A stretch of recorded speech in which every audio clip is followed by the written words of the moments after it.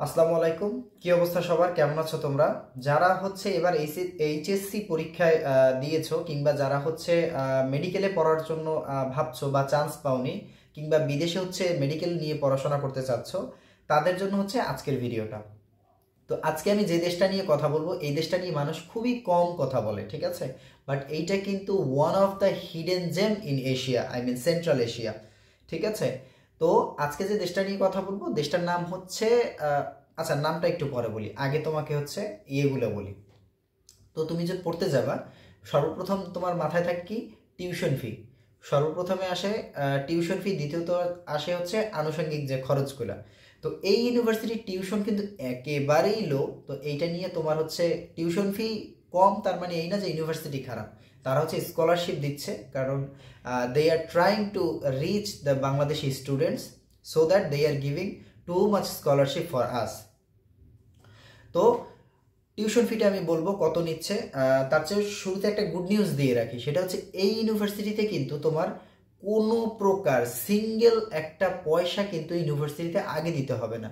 ইউনিভার্সিটিতে ডকুমেন্টস পাঠালে ইউনিভার্সিটি সব কিছু দেখবে, দেখার পর তার যদি মনে হয় হ্যাঁ ইউ আর এলিজেবল, দেন তারা তোমাকে একটা অফার লেটার দিবে। সেই অফার লেটারের থ্রুতে তুমি হচ্ছে তাকে শুধুমাত্র ভিসা ফিটা ইউনিভার্সিটিতে পেমেন্ট করবে, ইউনিভার্সিটি হচ্ছে ভিসাটা করে দিবে। আমি কিন্তু ইনসাইডাল বিষয়গুলো হচ্ছে বলে দিলাম। এবার আসি ইউনিভার্সিটির খরচ কত। সর্বপ্রথমে আসি টিউশন ফি। টিউশন ফি হচ্ছে $1600, অর্থাৎ এক এক সেমিস্টারে $1600 করে তোমার টিউশন ফি ফর এমবিবিএস এবং বিডিএস। তারপরে আসি তোমার হোস্টেল প্লাস হচ্ছে খাবার। হোস্টেল প্লাস খাবারে তোমার দিতে হবে হচ্ছে $1000, অর্থাৎ প্রত্যেক 6 মাসে তোমার খরচ হচ্ছে কত? 1000 প্লাস 1600, অর্থাৎ $2600 তোমার ইউনিভার্সিটিকে প্রদান করতে হবে। অর্থাৎ যদি বাংলায় কনভার্ট করি, 3 লক্ষ টাকা তোমার ইউনিভার্সিটিকে প্রত্যেক 6 মাসে দিতে হবে, ঠিক আছে? এই হচ্ছে সহজ হিসেব, তোমার পড়াশোনা, খাবার, হোস্টেল, অল এভরিথিং। এবার আসি তোমার প্রথম যখন তুমি যাবা তখন একটা এক্সট্রা কস্ট আছে, সেটা হচ্ছে রেজিস্ট্রেশন প্লাস তুমি যে পড়াশোনা করবে ইন্টারন্যাশনাল ফি প্লাস একটা কন্ট্রাক্ট ফি। এই টোটাল ফিটা হচ্ছে $1000, ঠিক আছে? তো ইউনিভার্সিটিতে তুমি যখন যাবে, ইউনিভার্সিটিতে যখন পৌঁছালে তোমার দিতে হবে কত?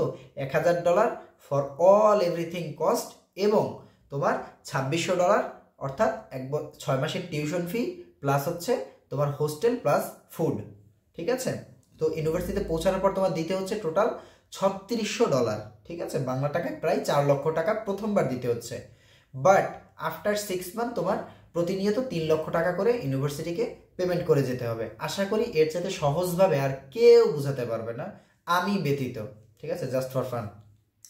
ওকে, এবার আসি হচ্ছে তোমার ভিসা ফি। ভিসা ফি কত? ভিসা ফি হচ্ছে অনলি $200। এটা ই ভিসা, এটা নিয়ে কোনো টেনশন করতে হবে না। ভিসাটা ইউনিভার্সিটি যদি করে দেয় তো ওকে, বাট আমরাও করে দিই, এটা দিয়ে কোনো প্রবলেম ফেস করতে হবে না।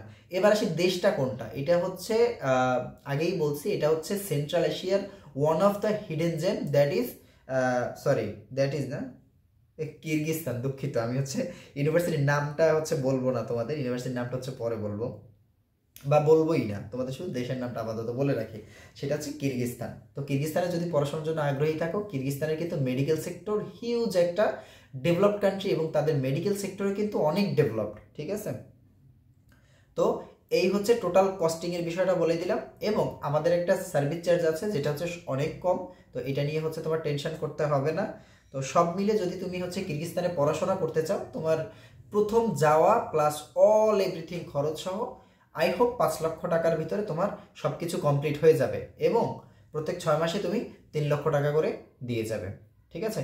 আশা করি এর ভিতরে তোমার আর কোনো কোশ্চেন থাকার কথা না, ঠিক আছে? যদিও থাকে, তুমি আমাদের হোয়াটসঅ্যাপ নাম্বার দেওয়া আছে ডিসক্রিপশানে, কিংবা কমেন্ট করতে পারো, তোমার যেইটা ভালো মনে হয়, ঠিক আছে?